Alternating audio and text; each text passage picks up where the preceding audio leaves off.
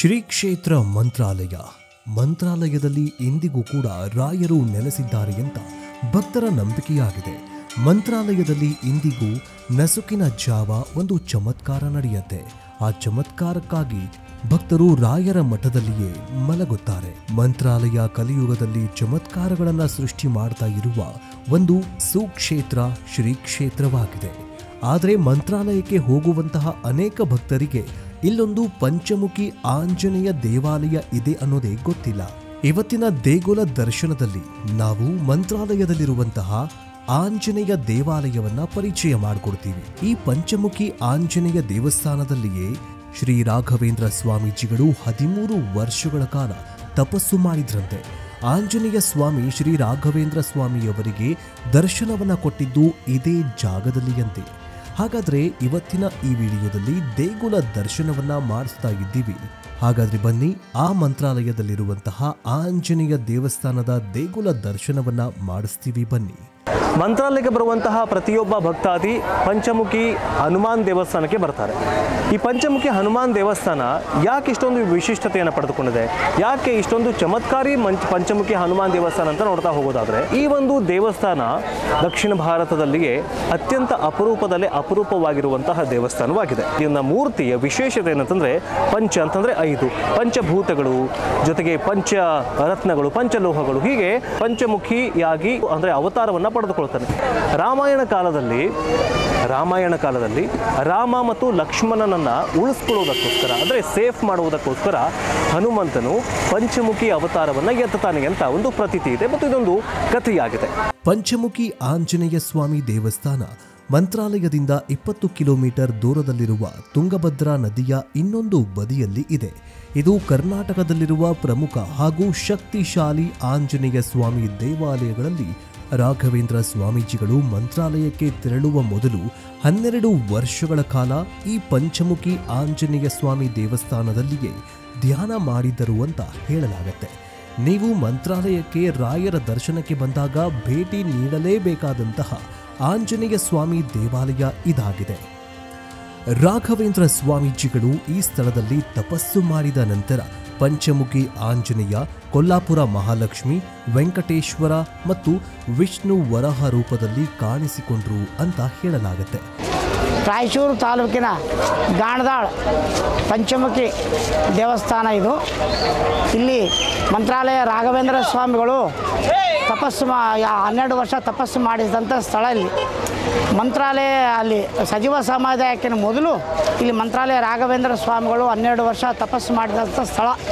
ಅವರಿಗೆ ಇಲ್ಲಿ ಪಂಚಮುಖಿ ಆಂಜನೇಯ ಸ್ವಾಮಿ 5 ಅವತಾರದ ಕಲ್ಲಿನಲ್ಲಿ ಒಡಮುಡು ದೇವರು. ನಡವಲ್ಲಿ ಆಂಜನೇಯ ಸ್ವಾಮಿ, ಕಡೆ ನರಸಿಂಹ, ಗರುಡ, ಹಯಗ್ರೀವ, ವರಹ ಅಂತ ಹೇಳಿದ್ದಕ್ಕೆ ಪಂಚಮುಖಿ ಅಂತಾರೆ. ಇದು ಯಾವುದು ಕೆತ್ತನೆ ಮಾಡಿದಂಥ ಸ್ಥಳ ಅಲ್ಲ, ಇದು ಎಲ್ಲ ಒಡಮುಡು ದೇವರು, ಸ್ವಯಂಭು, ಅವರಿಗೆ ಪ್ರತ್ಯಕ್ಷ ಆಗಿರೋ ದೇವರು.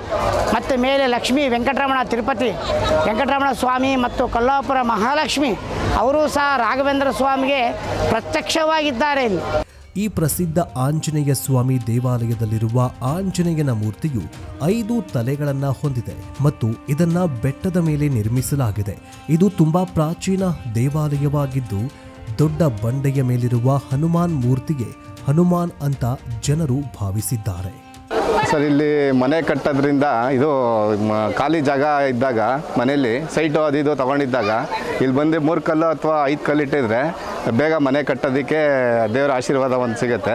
ಹಂಗಾಗಿ ಎಲ್ಲರೂ 3 ಕಲ್ಲು 5 ಕಲ್ಲು ಇಡೋಂಥ ಸಾಧ್ಯತೆ ಇದೆ. ಇಲ್ಲಿ ಗುರು ರಾಘವೇಂದ್ರರು ಪಂಚಮುಖಿ ಆಂಜನೇಯನಿಗಾಗಿ 12 ವರ್ಷಗಳ ಕಾಲ ಇಲ್ಲಿ ತಪಸ್ಸು ಮಾಡಿದ್ರು ಅಂತ ಜನ ಹೇಳ್ತಾರೆ. ಇಲ್ಲಿ ಆಂಜನೇಯನು ವರಹ, ಗರುಡ, ನರಸಿಂಹ, ಹಯಗ್ರೀವ ಮತ್ತು ಹನುಮಂತನಿಂದ ಕೂಡಿದ ಪಂಚಮುಖಿಯೊಂದಿಗೆ ಅಂದರೆ 5 ಮುಖದೊಂದಿಗೆ ರಾಘವೇಂದ್ರ ಸ್ವಾಮಿಯ ಮುಂದೆ ಪ್ರತ್ಯಕ್ಷರಾದ್ರು ಅಂತ ಹೇಳಲಾಗುತ್ತೆ. ಇಲ್ಲಿ ಅಮಾವಾಸ್ಯೆ ದಿವಸ ಭಾರಿ ಜನಸಂಖ್ಯೆಯಲ್ಲಿ ಇರ್ತಾರಲ್ಲಿ.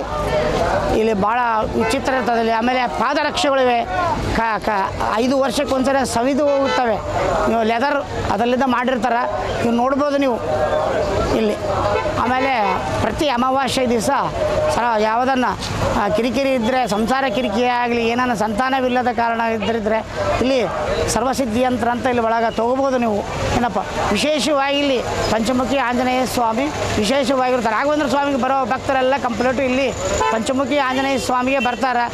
ಎಲ್ಲ ಈ ಭಕ್ತರ ಸಂಕಟಗಳನ್ನು ನೆರವೇರಿಸ್ತಾರೆ ಅಂತ ನಮ್ಗೆ ನಂಬಿಕೆ. ರಾಘವೇಂದ್ರ ಸ್ವಾಮೀಜಿಗಳು ಹನುಮಂತನನ್ನ ನೋಡ್ತಾ ಇದ್ದಂತೆ ಹಾಡಿ ಹೋಗಲಿದ್ರು.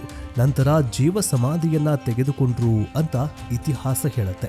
ಇಂದಿಗೂ ಭಕ್ತರು ಶ್ರೀ ಕೊಲ್ಲಾಪುರ ಮಹಾಲಕ್ಷ್ಮಿ, ವೆಂಕಟೇಶ್ವರ ಮತ್ತು ಭಗವಾನ್ ವಿಷ್ಣು ಶ್ರೀ ರಾಘವೇಂದ್ರರಿಗೆ ತಮ್ಮ ದರ್ಶನವನ್ನ ನೀಡಿದ್ದಾರೆ ಅಂತ ಭಕ್ತರು ನಂಬುತ್ತಾರೆ.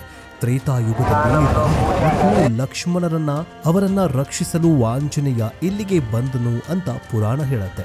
ಆಂಜನೇಯನು ಮಹಿರಾವಣನ ಬಳಿಗೆ ಹೋಗಲು ಯರುಕಲಾಂಬ ದೇವಾಲಯದ ಬಳಿಗೆ ಗುಹೆಯನ್ನ ಬಳಸಿಕೊಂಡನು ಅಂತ ಜನರು ಭಾವಿಸಿದ್ದಾರೆ. ದೇವಾಲಯದ ಹೊರಗಡೆ ಜೋಡಿ ಪಾದರಕ್ಷೆಗಳಿದ್ದು ಇದನ್ನ ಜನರು ಆಂಜನೇಯನ ಪಾದಗಳು ಅಂತ ನಂಬಿದ್ದಾರೆ. ಇನ್ನು ಹನುಮ ಜಯಂತಿ ಮಂಗಳವಾರ, ಭಾನುವಾರ, ಅಮಾವಾಸ್ಯೆ, ಪೌರ್ಣಮಿ ಮುಂತಾದ ದಿನಗಳಲ್ಲಿ ದೇವಸ್ಥಾನದಲ್ಲಿ ಸಾಕಷ್ಟು ಜನರು ಸೇರ್ತಾರೆ. ಆಂಜನೇಯನು ದೇವಾಲಯದ ಬಳಿ ಇರುವ ದೊಡ್ಡ ಬಂಡೆಗಳ ಕಟ್ಟಡಗಳನ್ನು ತನ್ನ ಹಾಸಿಗೆ ಮತ್ತು ದಿಂಬುಗಳಾಗಿ ಬಳಸಿಕೊಂಡಿದ್ದಾನೆ ಅಂತ ಭಕ್ತರು ಹೇಳ್ತಾರೆ. ಇಲ್ಲಿ ಪಂಚಮುಖಿ ಆಂಜನೇಯನು ತನ್ನ ಮೊಣಕಾಲಿನ ಮೇಲೆ ಮಡಚಿದ ಕೈಗಳನ್ನು ಇಟ್ಟುಕೊಂಡು ಪೂರ್ವ ದಿಕ್ಕಿಗೆ ಬೆನ್ನು ಹಾಕಿಕೊಂಡು ಕುಳಿತಿರೋದನ್ನ ನೀವಿಲ್ಲಿ ನೋಡಬಹುದು. ಮಂತ್ರಾಲಯದಲ್ಲಿರುವ ಪಂಚಮುಖಿ ಹನುಮಾನನ್ನ ಪೂಜಿಸುವುದರಿಂದ ಭಕ್ತರು ಅದೃಷ್ಟ ಪಡೆದುಕೊಳ್ಳುತ್ತಾರೆ ಹಾಗೂ ಭಯ ಮತ್ತು ದುಃಖದಿಂದ ಮುಕ್ತರಾಗ್ತಾರೆ ಅನ್ನುವ ನಂಬಿಕೆ ಇದೆ. ಪಂಚಮುಖಿ ಆಂಜನೇಯ ಸ್ವಾಮಿ ಅಂತೇಳಿ ರಾಘವೇಂದ್ರ ಸ್ವಾಮಿ ಅವರು ಇಲ್ಲಿ 13 ವರ್ಷ ತಪಸ್ಸು ಮಾಡಿದ ಮೇಲೆ ಮಂತ್ರಾಲಯ ಹೋಗಿ ಜೀವ ಸಮೇತ ಆಗಿರೋದು. 16 ಕಿಲೋಮೀಟರ್ ಆಗುತ್ತೆ ಮಂತ್ರಾಲಯದಿಂದ. ಶ್ರೀ ಗುರು ರಾಘವೇಂದ್ರ ಸ್ವಾಮಿ ಅವರು ಇಲ್ಲಿ 13 ವರ್ಷ ತಪಸ್ಸು ಮಾಡಿದ ಮೇಲೆ ಆಂಜನೇಯ ಸ್ವಾಮಿ ಅವರು ಹೊರ ಕೊಟ್ಟಿರೋ ಪ್ಲೇಸ್ ಇದು. ಹನುಮಾನ್ ಜಯಂತಿ ಎಂದು ವಿಶೇಷ ದಿನಗಳಲ್ಲಿ ಇಲ್ಲಿಗೆ ಸಾಕಷ್ಟು ಜನ ಆಂಜನೇಯನ ಪೂಜೆಗಾಗಿ ಬರ್ತಾರೆ.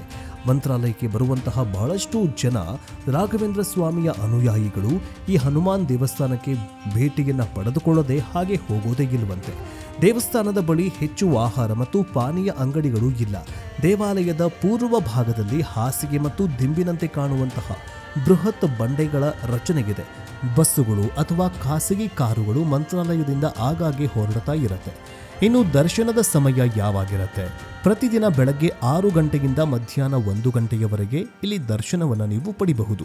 ಮಧ್ಯಾಹ್ನ 3 ಗಂಟೆಯಿಂದ ರಾತ್ರಿ 8 ಗಂಟೆವರೆಗೆ ಇಲ್ಲಿ ದರ್ಶನಕ್ಕೆ ಇರುತ್ತೆ.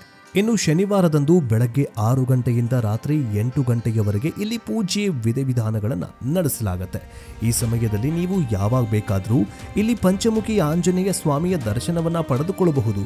ಮಂಗಳವಾರ, ಶನಿವಾರ ಮತ್ತು ಹನುಮಾನ್ ಜಯಂತಿಯಂತಹ ವಿಶೇಷ ದಿನಗಳಲ್ಲಿ ಭಕ್ತರ ಗುಂಪೇ ಸೇರಿರುತ್ತೆ. ಹೀಗಾಗಿ ನೀವು ಕೂಡ ಮಂತ್ರಾಲಯಕ್ಕೆ ಹೋದಂಥ ಸಂದರ್ಭದಲ್ಲಿ ಪಂಚಮುಖಿ ಆಂಜನೇಯ ದೇವಸ್ಥಾನವನ್ನು ತಪ್ಪದೇ ವಿಸಿಟ್ ಮಾಡಿ ದೇಗುಲ ದರ್ಶನವನ್ನ ಪಡೆದುಕೊಳ್ಳಿ. ಯಾಕಂತಂದ್ರೆ ಈ ಒಂದು ದೇವಸ್ಥಾನದಲ್ಲಿ 13 ವರ್ಷಗಳ ಕಾಲ ಶ್ರೀ ರಾಘವೇಂದ್ರರು ತಪಸ್ಸು ಮಾಡಿದ್ರಂತೆ. ಇದೇ ಸ್ಥಳದಲ್ಲಿ ಆಂಜನೇಯನು ಶ್ರೀ ರಾಘವೇಂದ್ರರಿಗೆ ದರ್ಶನ ಕೊಟ್ಟಿದ್ದಂತೆ. ಇಂಥ ಪವಿತ್ರ ಸ್ಥಳಕ್ಕೆ ನೆಕ್ಸ್ಟ್ ಟೈಮ್ ಹೋದಾಗ ಭೇಟಿ ಕೊಟ್ಟು ಬನ್ನಿ, ಜೊತೆಗೆ ದರ್ಶನ ಪಡೆದುಕೊಂಡು ಬನ್ನಿ. ನೀವೇನಾದರೂ ಮಂತ್ರಾಲಯಕ್ಕೆ ಹೋದಾಗ ಈ ದೇಗುಲ ದರ್ಶನವನ್ನ ಪಡೆದುಕೊಂಡಿದ್ದೀರಿ ಅಂತಂದ್ರೆ ಹೇಗಿದೆ ಅಲ್ಲಿನ ನಿಸರ್ಗ, ಹೇಗಿದೆ ಅಲ್ಲಿನ ವಾತಾವರಣ, ಹೇಗಿದೆ ಆ ದೇವಸ್ಥಾನ ಅನ್ನೋದನ್ನ ಕಮೆಂಟ್ ಮೂಲಕ ತಿಳಿಸಿ. ಮುಂದಿನ ವಿಡಿಯೋದಲ್ಲಿ ಮತ್ತೆ ಸಿಗೋಣ. ಜೈ ರಾಘವೇಂದ್ರ, ಜೈ ಸನಾತನ.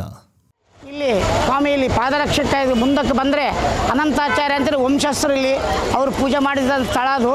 ಅವರು ಅದೃಶ್ಯವಾಗಿದ್ದಾರೆ. ರಾಘವೇಂದ್ರ ಸ್ವಾಮಿಗಳು ಹೆಂಗೆ ಆಗಿದ್ದಾರೋ ಇಲ್ಲಿ ಅನಂತಾಚಾರ್ಯ ಅಂತೇಳಿ ಅವರು ವಂಶಸ್ಥರು ಇಲ್ಲಿ ಅದೃಶ್ಯವಾಗಿದ್ದಾರೆ. ಮತ್ತು ಇಲ್ಲಿ ಶ್ರೀರಾಮನವಮಿ ಜಾತ್ರೆ ಭಾರಿ ಜನ ರಾತ್ರಿ 12:30 1 ನಮ್ಮ ಮನೆಯಲ್ಲಿ ಬರ್ತದೆ.